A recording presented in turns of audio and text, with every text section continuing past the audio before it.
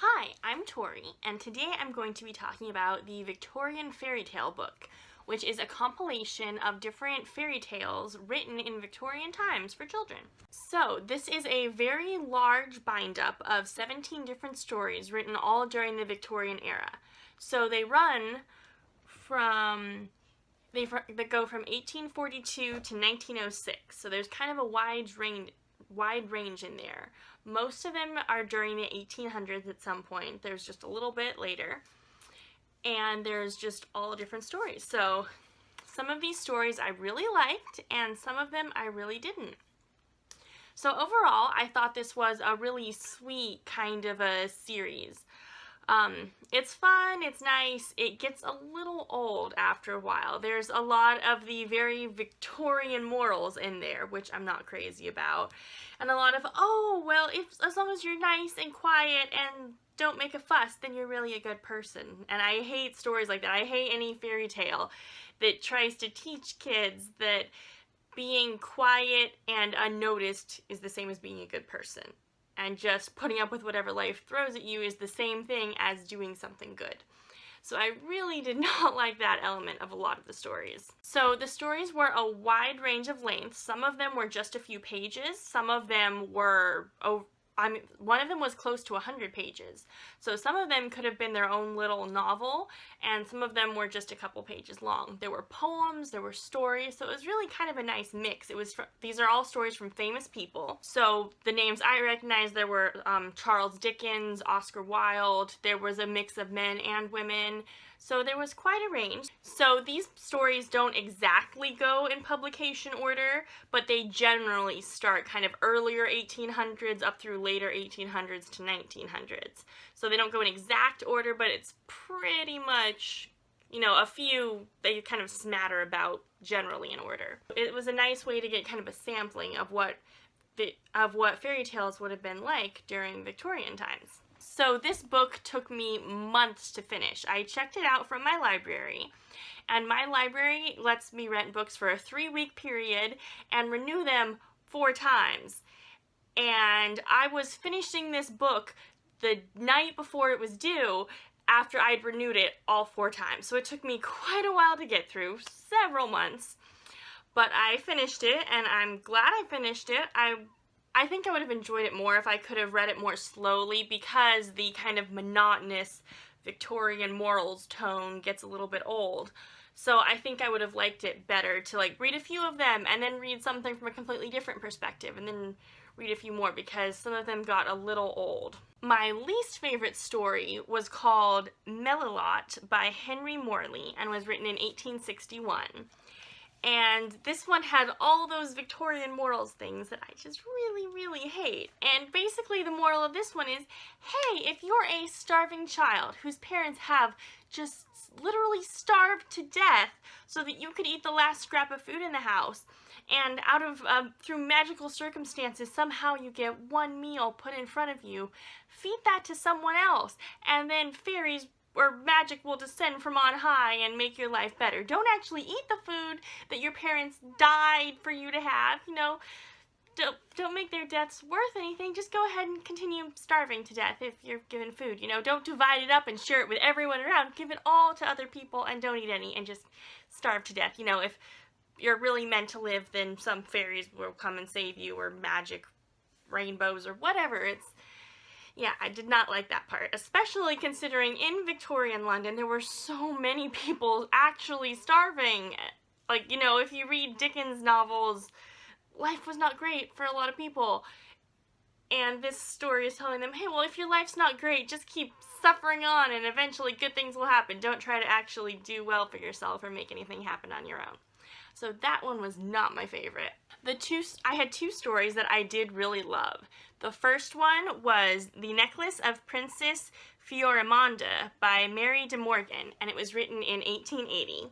And this one is about a princess who is secretly apprenticing herself to a witch.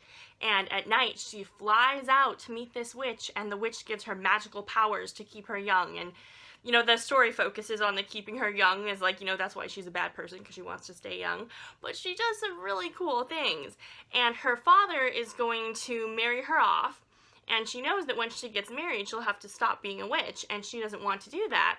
So her witch mentor woman gives her a necklace, and every time anyone touches it, they will become a bead on the necklace. So then she's great, and she says, "Oh yes, Father, I would love to marry all these men. You know, send me whichever one you want."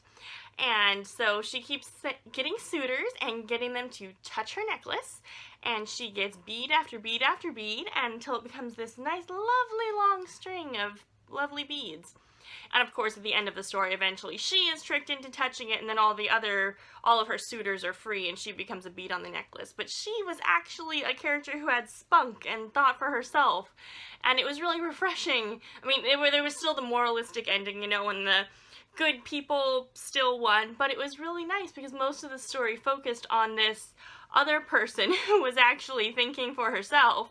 And yes, she was an evil witch and stuff, but it was so nice to have a break from these poor little homeless, shoeless, foodless orphans who are thinking about everyone but themselves and completely self-sacrificing and don't want anything out of life, and all they want is just to be quiet, you know, and do as they're told. So that was really refreshing. Another one that I loved was called The Reluctant Dragon by Kenneth Grahame. It was written in 1898, and this one was so amazing and so much fun to read. There was this little boy who studied mythology and stuff and knew all about it, and his parents left the book learning to him. They were just peasants. So, you know, they let him do the book learning and they took care of other stuff. And one day, the boy met a dragon who had tunneled up from somewhere far under the earth where he'd been sleeping for all this time. And the boy and the dragon became very good friends and started talking to each other. And the dragon has a great personality. If you like stories about dragons, you know, where dragons kind of have the personalities of cats, this is a great story. It's really that kind of dragon. Like, if you've read the How to Train Your Dragon books, it reminded me of that, you know, the kind of same attitude as Toothless, you know, the very much, well, I'm gonna think of it myself, thank you, I'm a dragon, and I'm really first, you know, because, you know, that's how dragons think. And so I love that element of it. And so, this boy's parents, well, first of all, the boy convinces his parents to come meet with the dragon, you know, and at first they're scared, oh no, it's a dragon, but he convinces his parents to come talk to the dragon, and they decide that it really is a very nice dragon, and they can all get along and be good friends. And then, before long, they say, okay, we're gonna have to introduce you to the village, you know, and, like, rumors get around, the village starts hearing about it, and they're horrified by this dragon.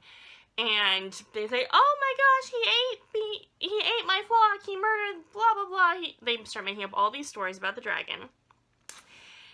And so then a knight comes into town, and the knight is actually St. George. They mention St. George and the dragon in several of these different stories, but this is actual St. George comes to town to slay the dragon. And the little boy goes to the dragon and says, St. George is here to slay you. And the dragon says, no, I don't want to, you just take care of it. And so the boy goes to St. George and says, the dragon doesn't want to fight you, and St. George says, well, that's awkward, can you take care of it? And so basically the dragon and St. George are both these really self-centered people who have to they're both these very self-centered people who are trying to get the little boy to just handle everything for them. So he manages to negotiate a staged battle where the whole thing is choreographed because no one actually wants to fight, but they have to fight for the look of the thing.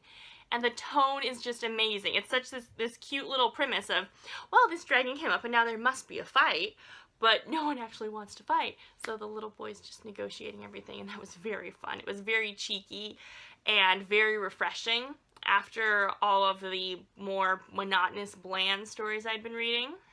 The overall tone of this book, I would say, was very childhood fairy tale-ish. You know, it was what you picture when you think of fairy tales. It's very, it was very sweet and, you know, trying to be epic, but in a little kiddish kind of way. And so these were fun. I'm glad I read it. It was good to kind of get a little bit of a feel for it.